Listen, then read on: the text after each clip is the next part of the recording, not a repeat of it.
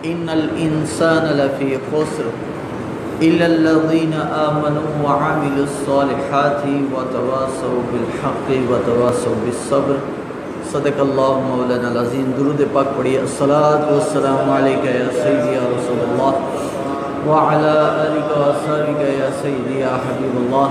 الصلاۃ والسلام علیک یا سیدی یا شفیع المذنبین وعلی آلک واصحابک یا سیدی یا رحمۃ للعالمین۔ معزز مکرم سامعین و حاضرین، آج رمضان المبارک کا یہ ہمارا چوتھا درس قرآن ہے۔ تو آج کا میرا جو عنوان ہے وہ اسلام اور تصوف کے حوالے سے ہے کہ اسلام اور تصوف آیا کہ یہ دو ایک علیحدہ علیحدہ چیزیں ہیں یا ایک ہی چیز ہے؟ اسلام کا معنی تو سب کو معلوم ہے، لیکن تصوف کے کیا مقاصد ہیں اور جو لوگ صوفی کہلاتے ہیں ان پر صوفی ہونے کی کون کون سی شرط عائد ہوتی ہے؟ میں نے قرآن پاک کی سب سے چھوٹی سورۃ العصر کی تلاوت کی ہے۔ اللہ رب العالمین نے اس سورہ مبارکہ میں اپنے زمانے محبوب کے قسم کھائی، اپنے محبوب کے زمانے کی قسم کھا کے فرمایا والعصر، قسم ہے مجھے اپنے محبوب کے زمانے کی، ان الانسان لفی خسر، کہ بے شک انسان جو ہے یہ مکمل نقصان میں ہے، لیکن الا الذین آمنوا، لیکن کچھ لوگ ہیں جن کے اندر یہ خصوصیات پائی جائیں تو وہ نقصان میں نہیں ہیں۔ وہ کون سے؟ الا الذین آمنوا، سب سے پہلے وہ بندہ کہ جو اللہ اور اس کے رسول پر ایمان لے کر آ جائے۔ پہلا ایمان لانا۔ لوگ کہتے ہیں یار بس اسلام ہی کافی ہے، یہ تصوف وغیرہ، یہ ولی، یہ طریقت، یہ حقیقت، یہ معرفت، یہ اسلام میں اس کا کوئی حیثیت نہیں ہے، آپ لوگوں نے ایسے نئی بنائی ہوئی ہے۔ تو اللہ تعالیٰ نے فرمایا الا الذین آمنوا، بندے مومن کے لیے اللہ کے رسول صلی اللہ علیہ وسلم کے احکامات پر چلنا بھی لازم ہے۔ تو فرمایا الا الذین آمنوا، سب سے پہلے وہ لوگ کہ جو ایمان لائے اللہ اور اس کے رسول پر، وعملوا الصالحات، ساتھ ایمان کلمہ پڑھنے کے بعد اس پر عمل بھی کریں، ایمان لانے کے بعد عمل صالح بھی، وعملوا الصالحات وتواصوا بالحق، اور جو اللہ رسول نے ان تک بات پیغام ان تک پہنچایا صحابہ کے ذریعے سے، اولیاء کے ذریعے سے، تو کیا کریں؟ وتواصوا بالحق، حق کی وصیت بھی کریں، وتواصوا بالصبر، اور پھر جب مشکل گھڑی ان پر آ جائے تو اس پر صبر بھی کریں۔ یہ چار صفاتوں کو جب بندہ ملا لے، ایمان، عمل صالح، نمبر 3 صبر، حق بات کی وصیت، نمبر 4 پر صبر، جب یہ چار چیزیں کسی مسلمان میں جمع ہو جائیں تو قرآن کی روح سے وہی بندہ صوفی کہلاتا ہے۔ تو تصوف ہو، طریقت ہو، یہ مسلمان کو ایک کامل مسلمان بناتی ہے۔ دیکھیں نا، آج جیسے کہ جس حالات میں گزر رہے ہیں ہم، سرکاری احکامات ہیں، کئی لوگوں کو پسند ہے اور کئیوں کو نہیں پسند، ٹھیک ہے نا، ہر بندے کی اپنی اپنی ایک رائے ہے کہ یار ایسا ہونا چاہیے یا نہیں ہونا چاہیے۔ لیکن میں آپ کو اس کی مثال دے کر سمجھاتا ہوں۔ حاکم وقت کی بات ماننا سب پہ لازم ہے نا، شریعت کی روح سے بھی ہے کہ جو وہ بات کہہ رہا ہے قرآن و سنت سے نہیں ٹکراتی وہ تم مانو۔ اب اگر وہ کوئی بات ایسی کہتا ہے کہ جو مجبوراً تم مان رہے ہو، جس طرح کی یہ صفوں کی بات ہے، حالانکہ کئی لوگ حامی نہیں ہیں، میں بھی حامی نہیں ہوں اس کا، لیکن مجبوراً کرنا پڑ رہا ہے کیونکہ وبا کا زمانہ ہے، تو کچھ لوگ یہ کام خوشی سے کرتے ہیں کہ بس یار کوئی گال نہیں، ہم راضی ہیں۔ کچھ لوگ کہتے ہیں یار ایسا ہونا تو نہیں چاہیے لیکن مجبوری ہے۔ اسی طرح مسلمان جو اللہ پر ایمان لایا، نماز پڑھی، روزہ رکھا، حج کیا، زکوٰۃ دی، ٹھیک ہے، اللہ کو وحدہ لا شریک مانا، اس نے نماز پڑھی لیکن بس سستی کے ساتھ پڑھ لی، یا اللہ پر ایمان لایا، عملے میں تھوڑی بہت کوتاہی تھی، مسلمان کہلائے گا۔ لیکن صوفیہ کے نزدیک ایسے نہیں ہیں، تصوف میں یہ ہے کہ صوفی حقیقی وہی کہلائے گا کہ جس کی اللہ تعالیٰ کے قرآن نے اس کی تعریف بیان کی. اے میرے محبوب آپ فرما دے کل ان صلاتی و نسکی و محیای و مماتی، کہ بے شک میری نماز، ان صلاتی و نسکی میری قربانی، و محیای و مماتی میرا جینا اور میرا مرنا سب کچھ میرے رب کے لیے ہے. جب کسی مسلمان کے اندر یہ کیفیت پیدا ہو جائے تو سمجھ لے وہی بندہ حقیقت میں وہ صوفی بن گیا. صوفیہ کرام کون ہوتے ہیں؟ یہ اسلام ہی کے ماننے والے ہوتے ہیں، لیکن ان کے اندر ایک خوبی یہ ہوتی ہے کہ اللہ تعالیٰ نے ان کو اخلاص والی دولت عطا کی ہوتی ہے. کوئی نماز پڑھنے میں، تراویح پڑھنے میں، قرآن پڑھنے میں، کوئی اچھا عمل کرنے میں ان کی طبیعت میں اکتاہٹ نہیں آتی، ان کی طبیعت میں اس کام کا شوق ہوتا ہے. اب دیکھیں صحابہ کے دور میں بھی کوئی صوفی تھا کہ نہیں؟ آج یہ میں کل ہی پڑھ رہا تھا سوشل میڈیا پہ کہ لوگوں نے کہا جی یہ ویکیپیڈیا ایک سائٹ ہے، ویب سائٹ ہے، وہاں پہ لکھا ہوا کہ یہ تصوف نے تو اسلام کو بگاڑا ہے، اور یہ کوئی نہیں، نہ نبی پاک کے زمانے میں کوئی صوفی تھا، نہ صحابہ کے دور میں، نہ تابعین کے دور میں، نہ تبع تابعین کے دور میں کوئی صوفی نہیں تھا. یہ ایسے من گڑت انہوں نے نئی سے نئی چیزیں گڑھی ہے. تو صحابہ کرام کے دور میں صوفی کیوں نہیں تھا؟ نبی پاک کی مسجد نبوی میں ایک طبقہ صحابہ کا تھا جن کو کہا جاتا تھا اصحاب الصفہ. اصحاب الصفہ کہا جاتا تھا. ان کا کیا کام ہوتا تھا؟ نہ ان کے بیوی تھے، نہ بچے تھے، نہ رشتہ دار تھے. 70 تعداد تھی ان کی، 70 مسجد نبوی میں رہتے. آج بھی اصحاب صفہ کا چبوترا مسجد نبوی میں ایک نشان لگایا ہوا ہے، وہاں وہ صحابہ کرام بیٹھتے تھے. اصحاب صفہ نبی پاک ان کو دین کی تعلیم سکھایا کرتے تھے. نہ کچھ بھی، نہ کھاتے، نہ پیتے، نہ کاروبار کرتے، بس کوئی بھی کوئی کھانا لے آتا تو کھا لیتے، ورنہ بیٹھے اللہ اللہ کرتے، اللہ کو یاد کرتے، مسجد نبوی میں بیٹھ کر نبی پاک سے دین کا علم سیکھتے. تو یہ صوفیہ کرام جو اللہ والے ہیں، جو اللہ کے ولی ہیں، یہ وہی نبی پاک کے اصحاب صفہ کی سنت ادا کرتے ہیں. کیونکہ میرے نبی پاک علیہ السلام نے ارشاد فرمایا اصحابک النجوم، میرے صحابہ کی مثال ستاروں کی ہے، تم جس کی بھی بات مانو گے، جس کے بھی نقش قدم پر چلو گے، تم فلاح پا جاؤ گے. تو دنیا میں کامیابی کا مدار یہی نہیں ہے کہ صحابہ کرام علیہ رضوان بس جو ایک کام کرتے رہے اس کو پکڑ لو، بلکہ آپ نے سارے صحابہ کو دیکھنا ہے. جو بھی صحابی کوئی کام کر رہا ہے دین کا، اللہ رسول کی بات مان رہا ہے، اس کے نقش قدم پر چلو گے تو فلاح پا جاؤ گے. اب صحابہ کرام علیہ رضوان کی مثال ایک اور کہ صحابہ میں صوفیہ کون کون تھے. ایک جنگ ہوئی ہے نبی تو، اور ایک روایت میں کہ دوسری جنگ تھی کہ اس میں 2 صحابہ 2 بھائی تھے، وہ شہید ہو گئے جنگ میں. تو نبی علیہ السلام کے پاس لاش لائی گئی ان کی جسم، اور کہا کہ حضور یہ شہید ہو گئے. تو حضور نے فرمایا ادفنوہما فی قبر واحد فانہما کانا متصافیین فی الدنیا. نبی پاک علیہ السلام نے فرمایا یہ 2 بھائی ہیں، شہید ہو گئے ہیں، ان دونوں کو ایک ہی قبر میں دفنا دو، ایک ہی قبر میں دفناؤ. تو پوچھا گیا یا رسول اللہ یہ اس میں حکمت کیا ہے؟ حضور نے فرمایا فَإِنَّهُمَا كَانَا مُتَصَافِيِّينَ فِي الدُّنْيَا. فرمایا میرے سارے صحابہ بڑی شان والے، لیکن یہ جو صحابہ تھے، یہ 2 بھائی تھے، یہ اتنی عظمت و شانوں والے تھے کہ ان کا دل سے دنیا کی محبت صاف ہو گئی تھی. ان کے دل کو رب نے چن لیا تھا اپنی محبت اور اپنی معرفت کے لیے. تو صوفی جو اللہ والے ہوتے ہیں ان کا دل رب نے چنا ہوتا ہے اپنی محبت کے لیے. اور ایک حدیث ہے نبی علیہ السلام کی، اور یہ جو حدیث میں نے پڑھی ہے مصنف ابن ابی شیبہ کی صحیح حدیث ہے. نبی پاک علیہ السلام نے فرمایا کہ اللہ ارشاد فرماتا ہے، حدیث قدسی، نبی علیہ السلام نے فرمایا اللہ کی ذات نہ زمین میں سماتی ہے نہ آسمان میں سماتی ہے، اگر سمانے کو آئے تو بندہ مومن کے دل میں سما جاتی ہے، مومن کا دل. لیکن مومن کے دل میں تب اللہ کی ذات سماتی ہے کہ جب حقیقت میں مومن کا دل پاک صاف ہو.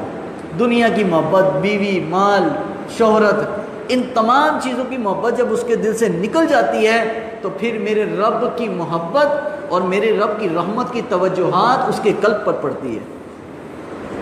تو یہ وہ صوفیہ ہیں کہ جنہوں نے دین کا کام کیا۔ اسلام، اللہ کو ماننا، نبیوں کو ماننا، ملائکہ، فرشتوں، ان پر ایمان لانا، اس کا نام اسلام ہے، ٹھیک ہے؟ 5 ارکان اسلام پر عمل کرنے کا نام اسلام ہے۔ لیکن قرآن نے ایک اور جگہ پر ارشاد فرمایا وَالَّذِينَ جَاهَدُوا فِينَا لَنَهْدِيَنَّهُمْ سُبُلَنَا، اللہ نے فرمایا کہ وَالَّذِينَ جَاهَدُوا، جو میری طرف کوشش کرتا ہے، وَالَّذِينَ جَاهَدُوا فِينَا، جو میری طرف کوشش کرتا ہے میری محبت پانے کی، تو کیا فرمایا لَنَهْدِيَنَّهُمْ سُبُلَنَا، اللہ فرماتا ہے ضرور بے ضرور لَنَهْدِيَنَّهُمْ سُبُلَنَا، میں اپنے رستے میں اپنی محبت، اپنے قرب اور اپنے قریب کرنے میں اللہ تعالیٰ فرماتا ہے میں اس کی رہنمائی کرتا ہوں۔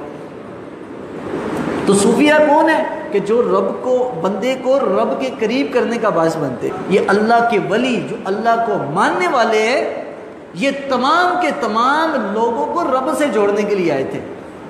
تو آج طریقت، اور ٹھیک ہے کچھ لوگوں کی بات کہ طریق اور تصوف کو لوگوں نے بدنام کر دیا، اس میں غلط غلط رسومات ڈال کر، اس میں غلط غلط طریقے ڈال کر، ڈول کی تھاپ پر چادریں لے جا کر مزاروں پر، اس کا نام تصوف نہیں ہے، اس کو صوفیت نہیں کہتے۔ صوفیت تو وہ ہے کہ وہ اپنے رب کی بارگاہ میں، جو قرآن پاک میں سورۃ الحج کی آیت نمبر 36 کے اندر اللہ نے ذکر کیا، اللہ رب العالمین نے حج کے جو جانور ہیں، حج کے جانور جس کو حج کے موقع پر ذبح کیا جاتا ہے، قربانی کی جاتی ہے ان کو اللہ تعالیٰ نے اپنی نشانی کہا، اور ان کی اللہ نے ایک صفت بیان کی۔ اللہ تعالیٰ نے فرمایا صوافا، یہ وہ جانور ہیں جو قطار بنا کر کھڑے ہو جاتے ہیں۔ ان کو بھی کہا کہ یہ صوافا ہیں، چنے ہوئے جانور ہیں، اور صوافا کا لفظی معنی ہے قطار بنا کے کھڑے ہو جانا۔ صوفی بھی وہی صوفی کہلاتا ہے اللہ کے ہر حکم پر وہ اس طرح قطار بنا کر کھڑا ہو جائے، اللہ کے حکم کے انتظار میں اور اس پر عمل کے لیے انتظار میں کھڑا ہو جائے، جس طرح لوگ نماز میں صف بنا کر کھڑے ہوتے ہیں، اس کو صوفی کہا جاتا ہے۔ آج لوگوں نے تصوف کو کچھ اور کر دیا، اسلام کو کچھ اور کر دیا کہ تصوف بھی شرک و بدعت ہے اور اسلام کو کسی اور چیز کا نام ہے۔ ایسی بات نہیں ہے۔ صحابہ کرام علیہم رضوان، ان میں ایک صحابی گزرے حضرت زید ابن حارثہ، حضرت داتا صاحب رحمۃ اللہ تعالیٰ علیہ نے کشف المجوب میں تصوف کی پہلی بحث میں ہی وہ پہلی حدیث لکھی ہے، تصوف کی دلیل میں تصوف کا انکار کبھی نہیں کرنا، تصوف انسان کو کامل مسلمان بناتی ہے۔ حضرت زید ابن حارثہ رضی اللہ تعالیٰ عنہ، ان سے نبی پاک نے فرمایا بھائی رات کیسے گزاری، رات کیسے گزاری؟